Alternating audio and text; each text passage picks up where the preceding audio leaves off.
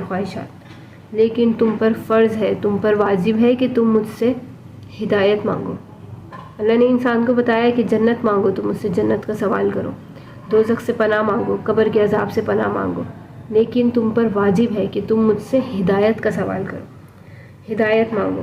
اللہ تعالیٰ نے سورہ بقرہ میں فرمایا ذالک الکتاب لا ریب فیہ ھدی للمتقین، ھدی ہدایت ہے، قرآن مجید سراپا ہدایت ہے۔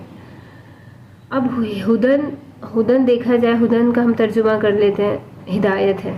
اب ہدایت کیا ہے؟ اللہ نے قرآن بھی عرب کی زبان میں نازل کیا، ان کے طرز پہ، ان کے جس طریقے سے وہ سوچتے تھے اسی طرح سے اللہ نے الفاظ جو ہے استعمال فرمائے۔ ہدن عرب لوگ کہتے ہیں، ہدن سمندر میں، گہرے سمندر میں ایک چٹان ہو جو بہت مضبوط ہو اور بہت بلند بھی ہو، اور پوری چٹان وہ سمندر کے اندر ہو، اور اوپر کی چوٹی صرف جو ہے وہ نظر آئے، اور جب اس پر سورج کی چمک پڑے تو وہ ایک دم روشن جو ہے وہ نظر آئے، دور سے ہی پتہ چلے کہ یہاں پر ایک چٹان ہے، اور یہ اس کا جو ہے چٹان کی جو چوٹی ہے وہ دکھائی دے رہی ہے۔ وہ اس چوٹی کو جو چمکتی ہوئی نظر آتی ہے سمندر کے اندر، اس کو ہدن کہتے ہیں عربی میں۔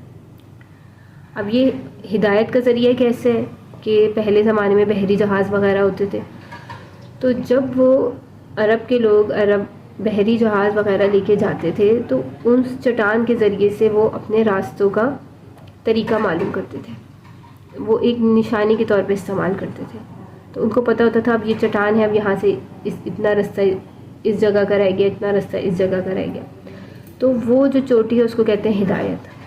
تو اللہ نے بھی فرمایا یہ قرآن تمہارے لیے ہدایت ہے، یہ قرآن تمہارے لیے وہ مضبوط چٹان کی چوٹی ہے کہ جس تک پہنچ کے تم اللہ تک پہنچ سکتے ہو۔ تو اللہ نے قرآن میں بھی ایسے لفظ لائے جو عرب لوگ اپنے لیے استعمال کرتے تھے، تو جب اللہ نے یہ ہدن کا لفظ استعمال کیا تو عرب لوگ اس کو سن کر ہل گئے کہ کیسے کیسے کمال کے لفظ اللہ ارشاد فرماتے ہیں۔ اللہ تعالیٰ نے قرآن مجید بلا مقصد اتارا نہیں، قرآن مجید اتارنے کا مقصد یہی ہے کہ اس کو لوگوں تک پہنچایا جائے۔ اگر ہمیں اللہ نے قرآن مجید کا کچھ حصہ سمجھایا، کچھ ترجمہ سمجھایا، تو ہم پر اب یہ واجب ہے کہ ہم اسے اور لوگوں تک بھی پہنچائیں۔ ایک واقعہ آپ کو مختصر سا بتاتی ہوں۔ احمس بن شریح نے ابو جہل سے پوچھا کہ سچ سچ بتاؤ، محمد جھوٹے ہیں یا سچے ہیں؟ تو ابو جہل نے کہا اللہ کی قسم سچے ہیں، پر میں نہیں مانوں گا، میں بنو ہاشم سے مقابلہ کروں گا، میں ہرگز نہیں مانوں گا۔ دیکھیں اس کے پاس ہدایت نہیں تھی، اس کو معلوم سب تھا، علم تھا، لیکن ہدایت نہیں تھی۔ اس کو معلوم تھا کہ حضرت محمد صلی اللہ علیہ وسلم سچے نبی ہیں، لیکن اس نے ایک مقابلے کی ضد میں اس نے کہا میں ایمان نہیں لاؤں۔ تو ہم کیا چیز ہے؟ ہمیں بس اللہ سے ہدایت کا سوال کرنا ہے کہ یا اللہ وہ چٹان دکھا ہمیں، وہ چٹان وہ قرآن مجید ہے کہ جس کو دیکھ کر ہم تجھ تک پہنچ جائیں۔ ہمیں اللہ سے ہر وقت یہ دعا کرنی ہے اللہ ہمیں سیدھا رستہ دکھا، ہماری اولادوں کو سیدھا رستہ دکھا۔ صراط کہتے ہیں سیدھے رستے کو، جس پر کسی قسم کا کوئی گڑھا نہ ہو، کوئی کھڈا نہ ہو۔ مستقیم، صراط المستقیم، سیدھا رستہ۔ مستقیم کہتے ہیں ایسا رستہ جس میں کوئی موڑ نہ ہو، بالکل سیدھا ہو۔ پھر اللہ تعالیٰ جو ہے آگے سورہ فاتحہ میں فرماتے ہیں کہ ایسا رستہ دکھا جس پر ان لوگوں کا رستہ جس پر تو نے انعام کیا، انعمت علیہم، انعمت نعم، نعمت۔ اب نعم کا اگر دیکھا جائے تو نعم کہتے ہیں اس بوٹے کو کہتے ہیں کہ جو سردی گرمی میں خشک نہیں ہوتی، جو سدا بہار سرسبز رہتی ہے، اور ایسی سرسبز اور شاداب کہ کبھی خشک نہ ہو۔ اللہ ہمیں ایسی نعمتیں عطا فرما، اللہ تعالیٰ ہمیں اس طرح کی نعمتیں عطا فرما جس میں سبزہ بھی ہو، جس میں خوشیاں بھی ہوں۔ اے اللہ ایسا رستہ ہمیں دکھا دے جو آباد ہو۔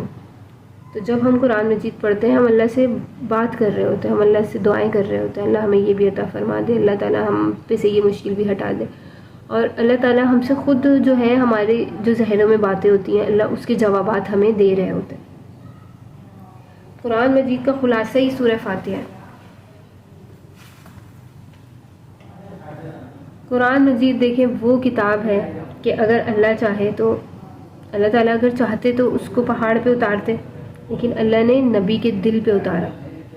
اللہ قرآن میں فرماتے ہیں لو انزلنا هذا القرآن على جبل لرأيته خاشعا متصدعا من خشیۃ اللہ، کہ اگر میں چاہتا تو میں نازل کرتا اس قرآن کو پہاڑ پر، لیکن آپ اس کو دیکھتے کہ وہ ڈر کے مارے، عاجزی کے مارے جھک جاتا اور اس کے ٹکڑے ہو جاتے اللہ کی خشیت سے۔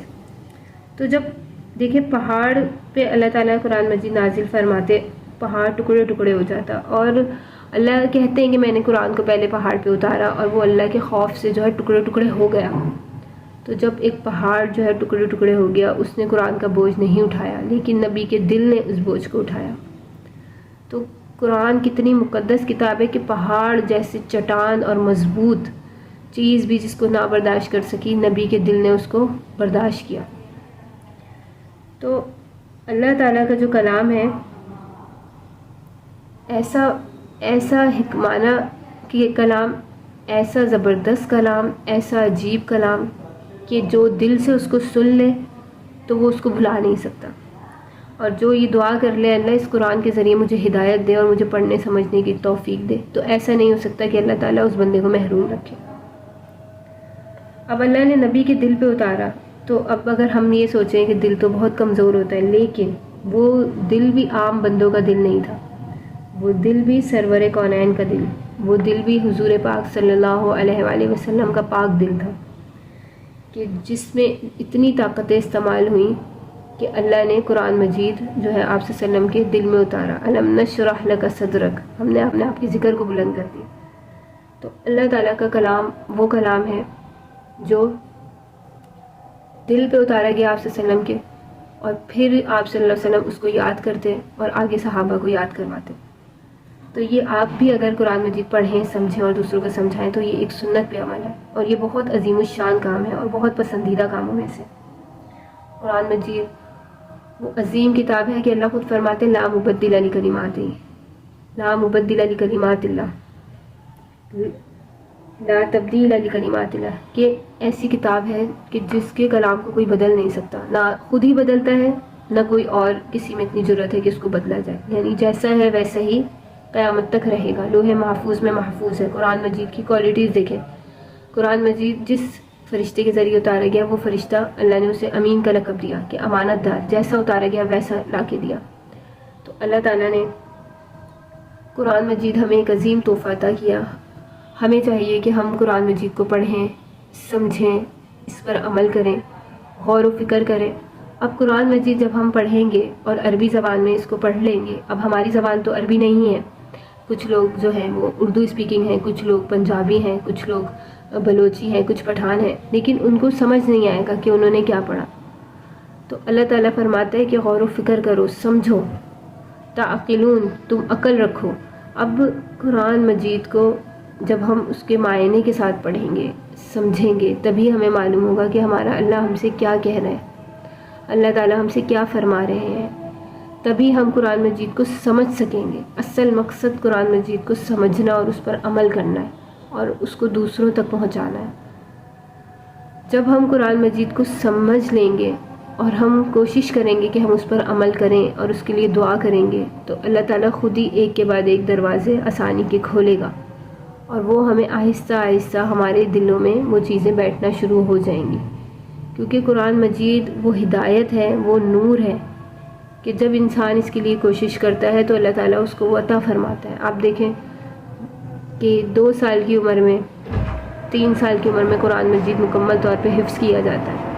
تو جب انسان اس کی نیت کر لیتا ہے اور اس کے لیے محنت کرتا ہے تو اللہ تعالیٰ اس کو بندے کے لیے بہت زیادہ آسان فرما دیتا ہے۔ تو اللہ تعالیٰ سے یہی دعا ہے کہ اللہ تعالیٰ ہمیں قرآن مجید پڑھنے کی، سمجھنے کی توفیق عطا فرمائے اور اس پر عمل پیرا ہونے کی بھی توفیق عطا فرمائے۔